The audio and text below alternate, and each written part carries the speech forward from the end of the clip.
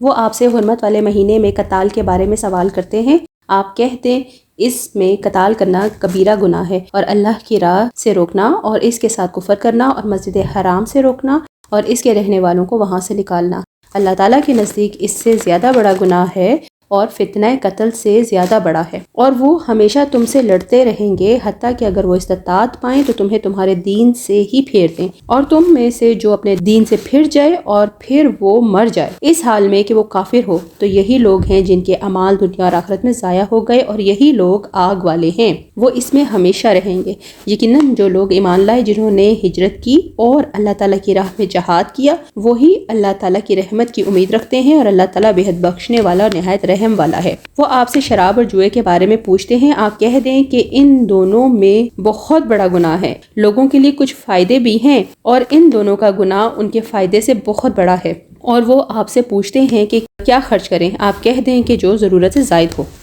اللہ تعالیٰ اسی طرح تمہارے لیے آیات کھول کر بیان کرتا ہے تاکہ تم غور و فکر کرو دنیا اور آخرت کے بارے میں، اور وہ آپ سے یتیموں کے بارے میں سوال کرتے ہیں، آپ کہہ دو کہ ان کے لیے کچھ نہ کچھ سنوارتے رہنا بھلائی کا کام ہے، اور اگر تم انہیں ساتھ ملا لو تو وہ تمہارے بھائی ہیں، اور اللہ تعالیٰ بگاڑنے والوں کو سنوارنے والے سے خوب جانتا ہے، اور اگر اللہ تعالیٰ چاہتا تو تمہیں ضرور مشقت میں ڈال دیتا، یقیناً اللہ تعالیٰ سب پر غالب کمال حکمت والا ہے۔ اور تم مشرک عورتوں سے نکاح نہ کرو جب تک کہ وہ ایمان نہ لے آئیں، اور مومن لونڈی ایک مشرک عورت سے بہتر ہے اگرچہ مشرکہ تمہیں اچھی لگے، اور نہ ہی اپنی عورتوں کو مشرک مردوں کے نکاح میں دو یہاں تک کہ وہ ایمان لے آئیں، اور مومن غلام مشرک مرد سے بہتر ہے اگرچہ مشرک تمہیں اچھا لگے۔ وہ لوگ آگ کی طرف بلاتے ہیں اور اللہ تعالیٰ اپنے حکم سے جنت اور مغفرت کی طرف بلاتا ہے، اور وہ لوگوں کے لیے اپنی آیات کھول کر بیان کرتا ہے تاکہ وہ نصیحت حاصل کریں۔ اور وہ آپ سے حیض کے بارے میں سوال کرتے ہیں، آپ کہہ دو وہ گندگی ہے، چنانچہ حیض میں عورتوں سے الگ رہو، اور جب تک وہ پاک نہ ہو جائیں ان کے قریب نہ جاؤ، پھر جب وہ غسل کر لیں تو جہاں سے اللہ تعالیٰ نے تمہیں حکم دیا ہے ان کے پاس آؤ، یقیناً اللہ تعالیٰ بہت توبہ کرنے والوں اور بہت پاک رہنے والوں سے محبت کرتا ہے۔ تمہاری عورتیں تمہارے لیے کھیتیاں ہیں، چنانچہ جہاں سے چاہو اپنی کھیتی میں آؤ، اور اپنی جان کے لیے عمل آگے بھیجو، اور اللہ تعالیٰ سے ڈرو اور جان لو یقیناً تم اس سے ملاقات کرنے والے ہو، اور آپ ایمان والوں کو خوشخبری دے دیں، اور اللہ تعالیٰ کو اپنی قسموں کا نشانہ نہ بناؤ کہ نہ تم نیکی کرو گے اور نہ تم گناہوں سے بچو گے، اور نہ تم لوگوں کے درمیان اصلاح کرو گے، اور اللہ تعالیٰ سب کچھ سننے والا سب کچھ جاننے والا ہے۔ اللہ تعالیٰ تمہارے لغو قسموں پر تمہیں نہیں پکڑتا، وہ اس کی وجہ سے تمہیں پکڑتا ہے جو تمہارے دلوں نے کمایا، اور اللہ تعالیٰ بے حد بخشنے والا نہایت بردبار ہے۔ ان لوگوں کے لیے جو اپنی عورتوں سے نہ ملنے کی قسم کھا بیٹھے، انہیں 4 ماہ تک انتظار کرنا ہے، پھر اگر وہ رجوع کر لیں تو اللہ تعالیٰ یقیناً بے حد بخشنے والا اور نہایت رحم کرنے والا ہے، اور اگر 2 طلاق دینے کا ارادہ کریں تو اللہ تعالیٰ یقیناً سب کچھ سننے والا اور سب کچھ جاننے والا ہے۔ اور طلاق یافتہ عورتیں اپنے آپ کو 3 حیض تک انتظار میں رکھیں، اور ان کے لیے جائز نہیں کہ وہ اس چیز کو چھپائیں جس کو اللہ تعالیٰ نے ان کے رحموں میں پیدا کیا ہے، اگر وہ اللہ تعالیٰ اور آخرت کے دن پر ایمان رکھتی ہوں، اور ان کے شوہر اس دوران میں انہیں واپس لینے کے زیادہ حقدار ہیں اگر وہ اصلاح کرنے کا ارادہ رکھتے ہوں۔ عورتوں کے بھی معروف کے مطابق ویسے ہی حقوق ہیں جیسے ان کے اوپر حق ہے، اور مردوں کا ان پر ایک درجہ ہے، اور اللہ تعالیٰ سب پر غالب کمال حکمت والا ہے۔ یہ طلاقیں 2 مرتبہ ہیں، پھر یا تو اچھائی سے روکنا یا عمدگی کے ساتھ چھوڑ دینا ہے، اور تمہیں حلال نہیں ہے کہ تم نے انہیں جو دے دیا ہے اس میں سے کچھ بھی لو۔ ہاں یہ اور بات ہے کہ دونوں کو اللہ کی حدیں قائم نہ رکھ سکنے کا خوف ہو، اس لیے اگر تمہیں ڈر ہو کہ یہ دونوں اللہ کی حدیں قائم نہ رکھ سکیں گے تو عورت رہائی پانے کے لیے کچھ دے ڈالے، ان میں دونوں پر گناہ نہیں، یہ اللہ کی حدود ہیں، خبردار ان سے آگے نہ بڑھنا، اور جو لوگ اللہ کی حدوں سے تجاوز کر جائیں وہ ظالم ہیں۔ پھر اگر ان کو تیسری بار طلاق دے دے تو اب اس کے لیے حلال نہیں جب تک کہ وہ عورت اس کے سوا کسی دوسرے سے نکاح نہ کرے، پھر اگر وہ بھی طلاق دے دے تو ان دونوں کا میل جول کر لینے میں کوئی گناہ نہیں، بشرطیہ یہ کہ یہ جان لیں کہ اللہ کی حدوں کو قائم رکھ سکیں گے۔ یہ اللہ تعالیٰ کے حدود ہیں جنہیں وہ جاننے والوں کے لیے بیان فرما رہا ہے۔ جب تم عورتوں کو طلاق دو اور وہ اپنی عدت ختم کرنے پر آئیں تو اب انہیں اچھی طرح بساؤ یا بھلائی کے ساتھ الگ کر دو، اور انہیں تکلیف پہنچانے کی غرض سے ظلم و زیادتی کے لیے نہ روکو۔ جو شخص ایسا کرے گا اس نے اپنی جان پر ظلم کیا۔ تم اللہ کے احکام کو ہنسی کھیل نہ بناؤ، اور اللہ کا احسان جو تم پر ہے یاد کرو، اور جو کچھ کتاب و حکمت اس نے نازل فرمائی ہے جس سے تمہیں نصیحت کر رہا ہے، اسے بھی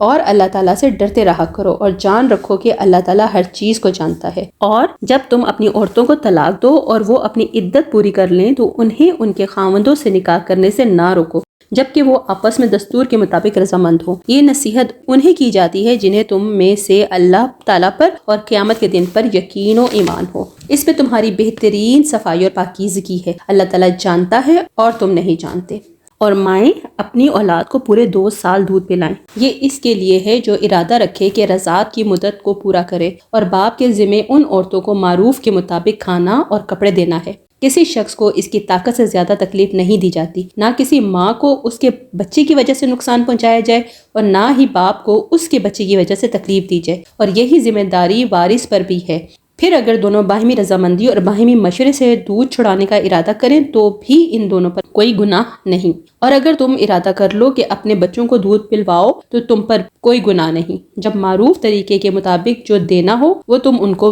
پورا ادا کرو، اور اللہ تعالیٰ سے ڈرو اور جان رکھو یقیناً جو بھی تم کرتے ہو اللہ تعالیٰ اس کو خوب دیکھنے والا ہے۔ اور جو لوگ تم میں سے وفات پا جائیں اور اپنے پیچھے بیویاں چھوڑ جائیں وہ اپنے آپ کو 4 مہینے اور 10 دن تک انتظار میں رکھیں، پھر جب وہ اپنی عدت کو پہنچ جائیں تو جو کچھ وہ اپنی ذات کے بارے میں معروف طریقے سے کریں تم پر اس کا کوئی گناہ نہیں، اور اللہ تعالیٰ ان کاموں پر پوری طرح باخبر ہے جو تم عمل کرتے ہو۔ اور تم پر کوئی گناہ نہیں کہ تم ان عورتوں کو اشارتاً نکاح کا پیغام دو یا اپنے دل میں چھپاؤ۔ اللہ تعالیٰ نے جان لیا ہے کہ تم لازماً انہیں ضرور یاد کرو گے، لیکن تم ان سے کوئی پوشیدہ عہد و پیمان نہ کرو مگر یہ کہ تم معروف بات کہو، اور عقد نکاح کا ارادہ نہ کرو یہاں تک کہ عدت اپنی انتہا کو پہنچ جائے۔ جان لو اللہ تعالیٰ یقیناً جانتا ہے جو کچھ تمہارے دلوں میں ہے، لہٰذا تم اس سے ڈر جاؤ، اور جان لو اللہ تعالیٰ یقیناً بے حد بخشنے والا نہایت بردبار ہے۔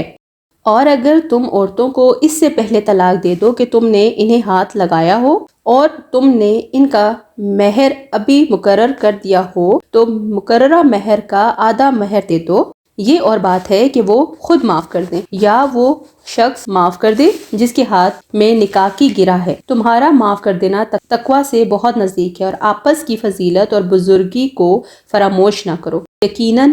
اللہ تعالیٰ تمہارے اعمال کو دیکھ رہا ہے۔ نمازوں کی حفاظت کرو، بالخصوص درمیان والی نماز کی، اور اللہ تعالیٰ کے لیے باادب کھڑے رہا کرو۔ اگر تمہیں خوف ہو تو پیدل ہی صحیح یا سواری ہی صحیح، ہاں جب امن ہو جائے تو اللہ تعالیٰ کا ذکر کرو جس طرح کہ اس نے تمہیں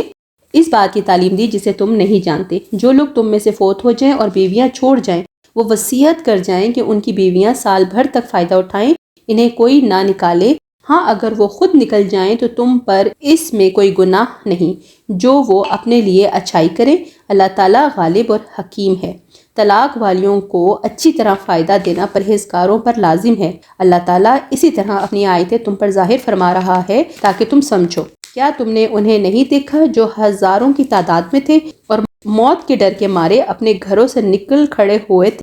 اللہ تعالیٰ نے انہیں فرمایا مر جاؤ، پھر انہیں زندہ کر دیا۔ بے شک اللہ تعالیٰ لوگوں پر بڑا فضل والا ہے، لیکن اکثر لوگ ناشکرے ہیں۔ اللہ کی راہ میں جہاد کرو اور جان لو کہ اللہ تعالیٰ سنتا جانتا ہے۔ ایسا بھی کوئی ہے جو اللہ تعالیٰ کو اچھا قرض دے،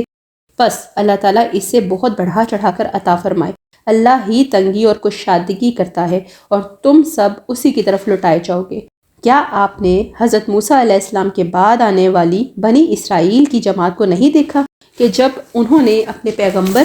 سے کہا کہ کسی کو ہمارا بادشاہ بنا دیجئے تاکہ ہم اللہ تعالیٰ کی راہ میں جہاد کریں؟ پیغمبر نے کہا کہ ممکن ہے جہاد فرض ہو جانے کے بعد تم جہاد نہ کرو۔ انہوں نے کہا بھلا ہم اللہ کی راہ میں جہاد کیوں نہ کریں گے؟ ہم تو اپنے گھروں سے اجاڑے گئے ہیں اور بچوں سے دور کر دیے گئے ہیں۔ پھر جب ان پر جہاد فرض ہوا تو سوائے تھوڑے سے لوگوں کے سب پھر گئے، اور اللہ تعالیٰ ظالموں کو خوب جانتا ہے۔ اور انہیں ان کے نبی نے فرمایا کہ اللہ تعالیٰ نے طالوت کو تمہارا بادشاہ بنا دیا ہے، تو کہنے لگے بھلا اس کی ہم پر حکومت کیسے ہو سکتی ہے؟ اس سے تو بہت زیادہ حقدار بادشاہت کے ہم ہیں۔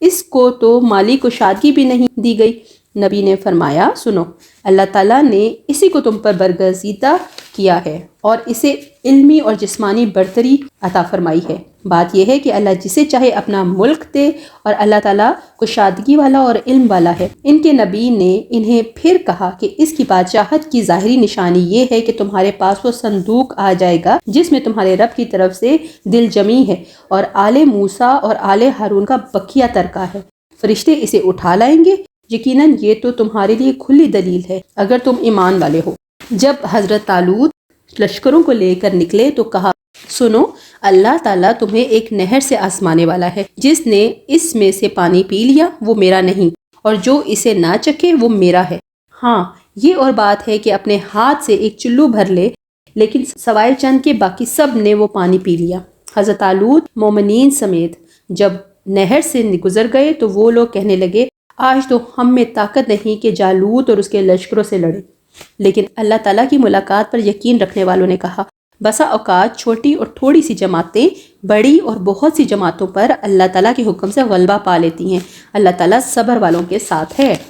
جب ان کا جالوت اور اس کے لشکر سے مقابلہ ہوا تو انہوں نے دعا مانگی کہ اے پروردگار ہمیں صبر دے، ثابت قدمی دے اور قوم کفار پر ہماری مدد فرما۔ چنانچہ اللہ تعالیٰ کے حکم سے انہوں نے جالوتیوں کو شکست دے دی اور حضرت داؤد علیہ السلام کے ہاتھوں جالوت قتل ہوا، اور اللہ تعالیٰ نے داؤد علیہ السلام کو مملکت و حکمت اور جتنا کچھ چاہا علم بھی عطا کیا۔ اگر اللہ تعالیٰ بعض لوگوں کو بعض سے دفع نہ کرتا تو زمین میں فساد پھیل جاتا، لیکن اللہ تعالیٰ دنیا والوں پر بڑا فضل و کرم کرنے والا ہے۔ یہ اللہ تعالیٰ کی آیتیں ہیں جنہیں ہم حقانیت کے ساتھ آپ پر پڑھتے ہیں، بالیقین آپ رسولوں میں سے ہیں۔